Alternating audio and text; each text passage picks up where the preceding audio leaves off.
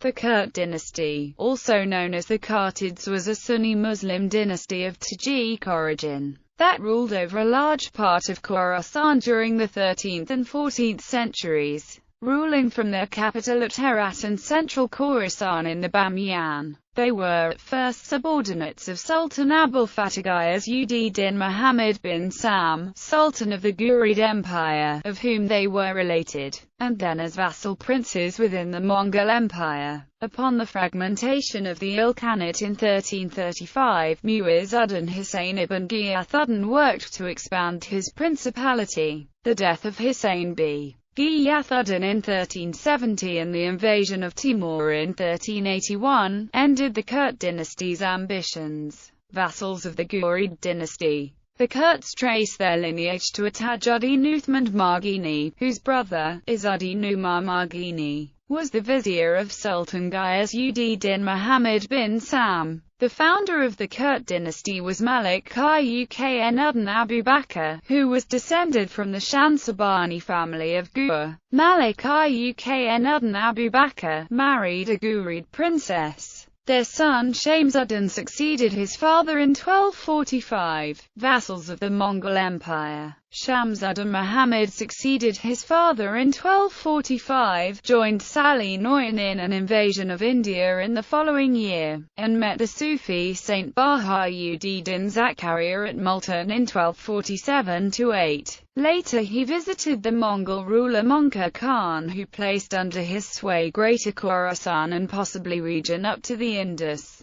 In 1263–4, after having subdued Sistan, he visited Hulagu Khan, and 3 years later his successor Abakar Khan, whom he accompanied in his campaign against Darband in Baku. He again visited Abakar Khan, accompanied by Shams-ud-Din the Sahib Divan, in 1276–7, and this time the former good opinion of the Mongol sovereign in respect to him seems to have been changed to suspicion, which led to his death, for he was poisoned in January 1278, by means of a watermelon given to him while he was in the bath at Tabriz. Abakar Khan even caused his body to be buried in chains at Jam in Khorasan. Fakhr-ud-Din was a patron of literature, but also extremely religious. He had previously been cast in prison by his father for 7 years, until the Ilkhanate general Nowruz intervened on his behalf. When Nowruz's revolt faltered around 1296, Fakhr-ud-Din offered him asylum, but when an Ilkhanate force approached Herat, he betrayed the general and turned him over to the forces of Ghazan.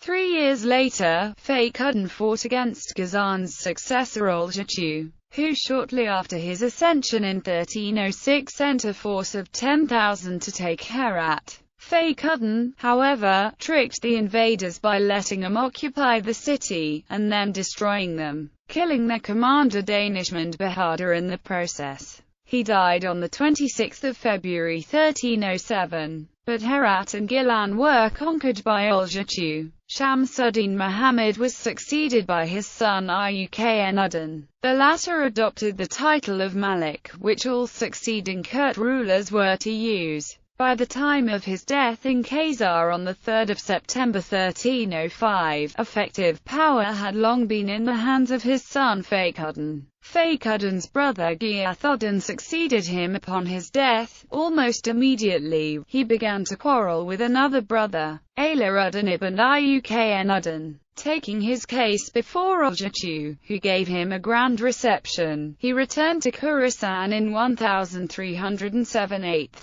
Continuing troubles with his brother led him to visit the Ilkhan again in 1314.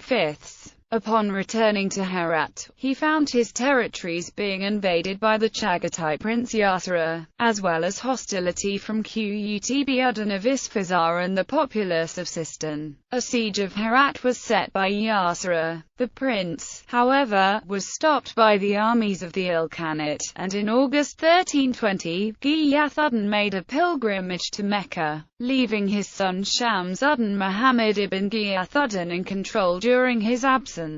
In 1327 the Emir Chupan fled to Herat following his betrayal by the Ilkhan Abu Said Bahadur Khan, where he requested asylum from Ghiyath-ud-Din, whom he was friends with. Ghiyath-ud-Din initially granted the request, but when Abu Said pressured him to execute Chupan, he obeyed. Soon afterwards Ghiyath-ud-Din himself died, in 1329. He left 4 sons: Shams-ud-Din Muhammad ibn Ghiyath-ud-Din, Hafiz ibn Ghiyath-ud-Din, Mu'izz-ud-Din Husayn ibn Ghiyath-ud-Din, and Bakir ibn Ghiyath-ud-Din. Independent principality. 4 years after Mu'izz-ud-Din Husayn ibn Ghiyath-ud-Din's ascension, the Ilkhan Abu Said Bahadur Khan died, following which the Ilkhanate quickly fragmented. Mu'izz-ud-Din Husayn, for his part, allied with Fatima, a claimant to the Ilkhanate throne, and paid tribute to him. Up until his death, Mu'izz-ud-Din Husayn's main concern were the neighboring Sabaydas, centered in Sabzawar. As the Sabaydas were the enemies of Fatima, they considered the Kurds a threat and invaded. When the Kurds and Sabaydas met in the Battle of Zawar on 18 July 1342, the battle was initially in the favor of the latter, but disunity within the Sabayda army allowed the Kurds to emerge victorious. Thereafter, Mu'izz-ud-Din Husayn undertook several successful campaigns against the Chagatai Mongols to the northeast. During this time, he took a still young Timur into his service. In 1349, while Fatima was still alive, Mu'izz-ud-Din Husayn stopped paying tribute to him, and ruled as an independent sultan. Fatima's murder in 1353 by the Sabaydas ended that potential threat. Sometime around 1358, however, the Chagatai Emir Qazahan invaded Khorasan and sacked Herat.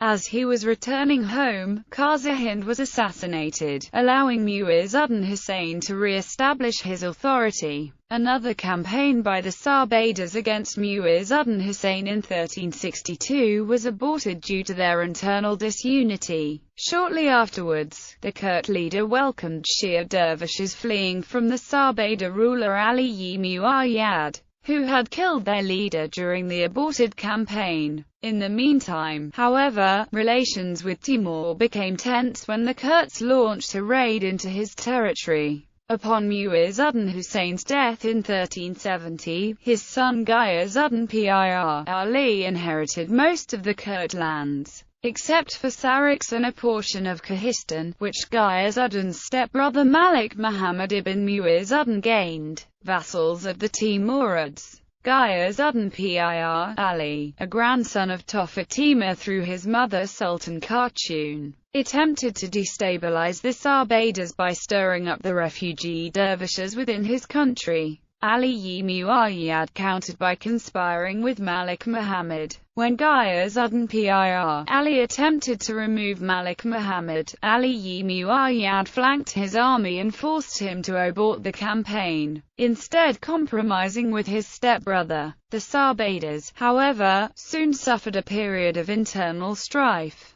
and Ghiyas-ud-Din Pir Ali took advantage of this by seizing the city of Nishapur around 1375 or 1376. In the meantime, both Ghiyas-ud-Din Pir Ali and Malik Muhammad had asked for the assistance of Timur regarding their conflict. The former had sent an embassy to him, while the latter had appeared before Timur in person as a requester of asylum, having been driven out of Saryx. Timur responded to Ghiyas-ud-Din Pir Ali by proposing a marriage between his niece Savinj Qalukaga and the Kurt ruler's son Pir Muhammad ibn Ghiyas-ud-Din, a marriage which took place in Samarkand around 1376. Later on, Timur invited Ghiyas-ud-Din Pir Ali to a council, so that the latter could submit to him. But when the Kurt attempted to excuse himself from coming by claiming he had to deal with the Shia population in Nishapur, Timur decided to invade. He was encouraged by many Khorasanis, included Mu'izz-ud-Din's former vizier Mu'in al-Din Jami, who sent a letter inviting Timur to intervene in Khorasan, and the Sheikhs Ajam, who, being very influential persons,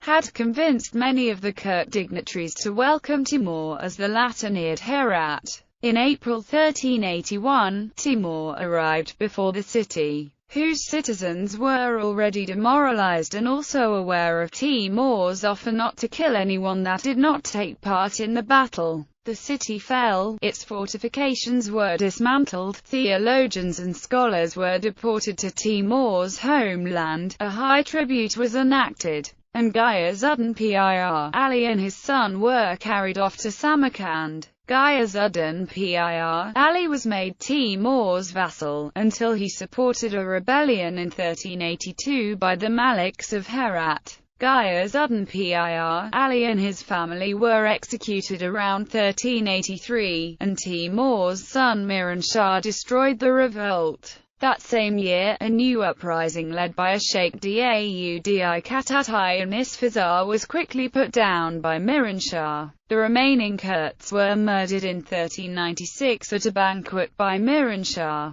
The Kurds therefore came to an end, having been the victims of Timur's first Persian campaign. Rulers. The colored rose signify the following: yellow, under Ghurid dynasty suzerainty; orange, under Mongol Empire and later Ilkhanate suzerainty; gray, independent; pink, under Timurid suzerainty.